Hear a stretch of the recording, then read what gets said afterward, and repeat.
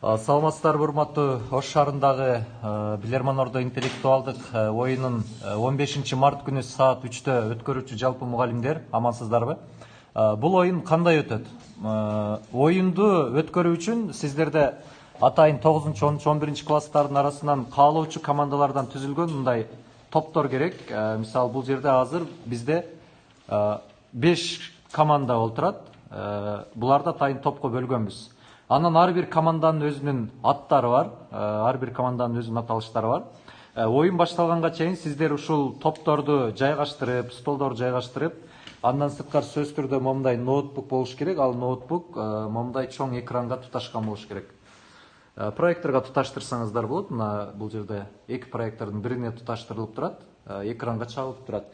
Анан саат 2:30 тагыраак 14:30 сиздер көрүп турган ОШББ Билерман Ордо деген баракчага Билерман Ордо интеллектуалдык телеоюнун алып баруучусу Талантбек Канатбек уулу суроолорду таштайт, презентация түрүндө таштайт. Сиздер ал суроолорду дароо эле компьютерге көчүрүп аласыздар дагы. Бул үчүн медиачылардан жардам сурасаңыздар болот. Ар бир мектепте азыр медиачы мугалимдер бар. Көчүрүп алганда ушундай таризде чыгат. Анан ушул 30 суроонун баары бир презентацияда орун алган. Кошумча 5 суроо кошконбуз. Ал деген ошол командалар тең чыгып калса, ошол тең чыгып калган командалар үчүн 5 сурооду ойнотосуздар. Анан ар бир суроонун арасында бирден аралык калтырганбыз, мондай загрузканын аралыгы. Бул дегени кокус кайсыл бир мугалим байкабай басып жиберип, суроонун жообун ачылып калбаш үчүн ушундай бир этияттуулук шарттарын көргөнбүз. Анан сиздер сурооду компьютерге туташтырып туруп, анан командаларга момундай жооп баракчаларын бересиздер. Бир жооп баракчаңарды берсеңер. Момундай жооп баракча болот ар бир командада. Мисалы, бул жерде Кашкылак деген команданын аты экен. Мына ушундай ар бир жооп баракчада команданын аты болуш керек. Ал эми түбүнө команда 1 мүнөт убакыт ичинде жоопту жазуулары керек болот. Бул жерде ар бир командада жооп баракчалары бар. Анан оюнду баштайсыздар. Урматтуу командалар, оюнга даярсыңар, Даярсыңар. Андай болсо, биринчи суроо. Мына экранга чыкты. Биринчи суроо: мындай кол каптар кандай адамдар үчүн иштелип чыгарылган? Убакыт кетти. 1 мүнөт убакыт бересиздер.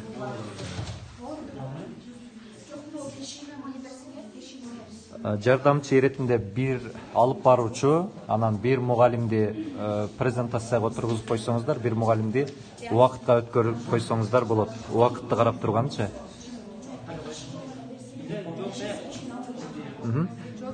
Жоопту жазгандар колуна кармап көтөрүп турушат. Мына булар да жооп даяр. 1 мүнөт убакыттан кийин жазган жоопторун көтөрүп турат. Бир командада жооп даяр. Жооп даяр болгон күндө дагы 1 мүнөттү күтөсүздөр. Ошол 1 мүнөт бүткөндөн кийин гана атайын жардамчыларыңыз болот. Ошол жардамчылар жыйнап алышат. Анан бул жакта атайын ошол текшерүүчү, командалардын жоопторун текшерүүчү 1 же 2 комиссия шайлап коесуздар.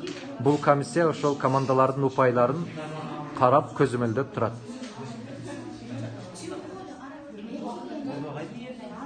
Балдар, убакыт бүттү. Мына убакыт бүткөндө моментип жооп баракчаларын көтөрүшөт. Тиги жардамчы кызыбыз жооп баракчаларын жыйнап келе жатат ар бир командадан. 1 мүнөт убакыт ичинде жооп баракчаларын көтөрбөгөн командалардын жооптору тилекке каршы алынбай калат. Андагын оюн башында эскертесиздер. Комиссияга булар тапшырат. Комиссия жоопторун карап чыгат. Туура болсо плюс коет, туура эмес болсо минус коет. Комиссия текшергенче биз биринчи суроонун жообун көрсөтөбүз. Биринчи суроонун жообу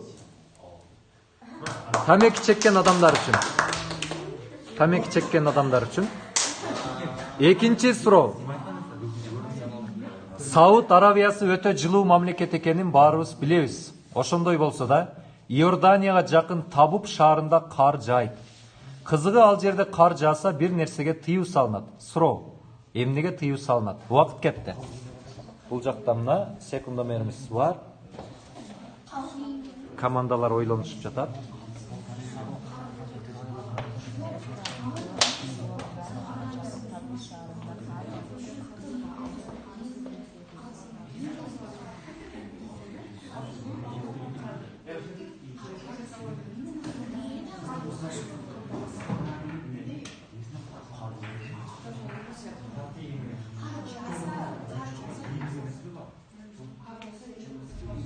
Oyun мына ушундай таризде өтөт, урматтуу эжекелер, урматтуу мугалимдер.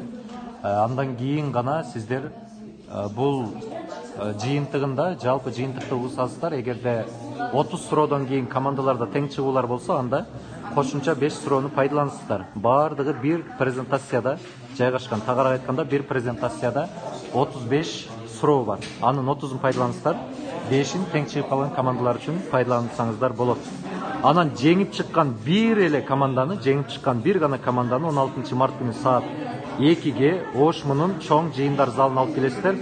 Ал жерде бизде финал болот. Биринчи орунга 20 000, 15 000, 10 000, 4-5 орундарга 5 000ден жана ошондой эле аларды даярдаган мугалимдерге дагы атайын акчалай каражаттар, акчалай сыйлыктар каралган. Барыңыздарга түшүнүктүү болду деп ойлоймун. Суроолорду, оюнду өткөрүү тартиби андай болсо, финалдан көрүшкөнчө саламат туруңуздар.